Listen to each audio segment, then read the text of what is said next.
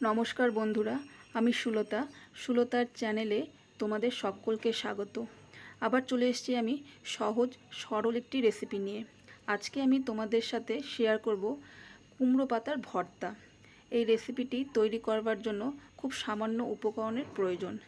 এই রেসিপিটি শুরু করার পূর্বে আমি বলতে চাই, যে সকল নতুন বন্ধুরা আমার চ্যানেলটি এখনও সাবস্ক্রাইব করনি তারা অবশ্যই আমার চ্যানেলটিকে সাবস্ক্রাইব করে রাখবে, তাহলে আরও নতুন নতুন রেসিপি তোমরা দেখতে পাবে। তাহলে চলো বন্ধুরা, আজকের রেসিপিটি শুরু করা যাক। এই রেসিপিটি তৈরি করবার জন্য আমি এখানে নিয়ে নিয়েছি একটা পেঁয়াজ, সেটাকে সরু সরু করে কেটে রেখেছি। এখানে নিয়েছি কিছু রসুন কোয়া, আর নিয়েছি কিছু কাঁচা লঙ্কা, আর এখানে নিয়েছি দুটো শুকনো লঙ্কা আর সামান্য পরিমাণে কালো জিরে। আর বন্ধুরা দেখো, এদিকে আমি কুমড়ো পাতা নিয়ে নিয়েছি, কচি কচি দেখে কুমড়ো পাতা নিয়েছি, আর সেগুলোকে ভালো মতো ধুয়ে নিয়েছি। এবার এগুলোকে কুচিয়ে নেব। এই সামান্য কিছু উপকরণ দিয়ে আমি আজকে কুমড়ো পাতার ভর্তা রেসিপিটা তোমাদের সাথে শেয়ার করব। ওকে, তোমরা আমাদের সাথে থেকো। এখানে আমি কড়া বসিয়ে দিয়েছি, কড়াটা গরম হয়ে গেছে। এবার আমি সর্ষের তেল দিয়ে দিচ্ছি। এই রেসিপিটি আমি সর্ষের তেল দিয়েই করব। আর দিয়ে দিচ্ছি দুটো শুকনো লঙ্কা।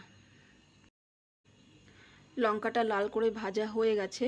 এবার আমি এখানে দেব কালো জিরে, আর দেব কুচিয়ে রাখা পেঁয়াজ। এই পেঁয়াজটাকেও আমি সামান্য লাল করে ভেজে নেব।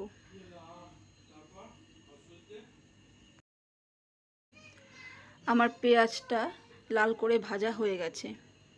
এবার আমি এখানে দিয়ে দেব রসুন কোয়া আর কাঁচা লঙ্কা। ঝালটা তোমরা তোমাদের পছন্দ মতো দিয়ে দেবে। আমি আমার আন্দাজ মতো ঝালটা দিয়ে নিয়েছি। এবার এগুলোকে একটু ভেজে নেব। আমার পেঁয়াজ রসুনটা ভাজা হয়ে গেছে, রসুনটার থেকে সুন্দর একটা গন্ধ বেরিয়ে গেছে। এবার আমি এখানে কুচিয়ে রাখা পাতাগুলো দিয়ে দিচ্ছি। এই পাতাগুলো দিয়ে সামান্য পরিমাণে আমি একটু নুন দিয়ে দেব। নুন দিয়ে আমি এটাকে একটু নেড়ে নেব। এই পাতাটাকেও আমি 3 থেকে 4 মিনিট একটু ফ্রাই করে নেব।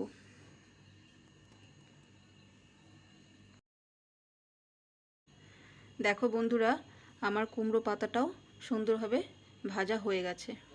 এবার আমি এটাকে নামিয়ে নেব।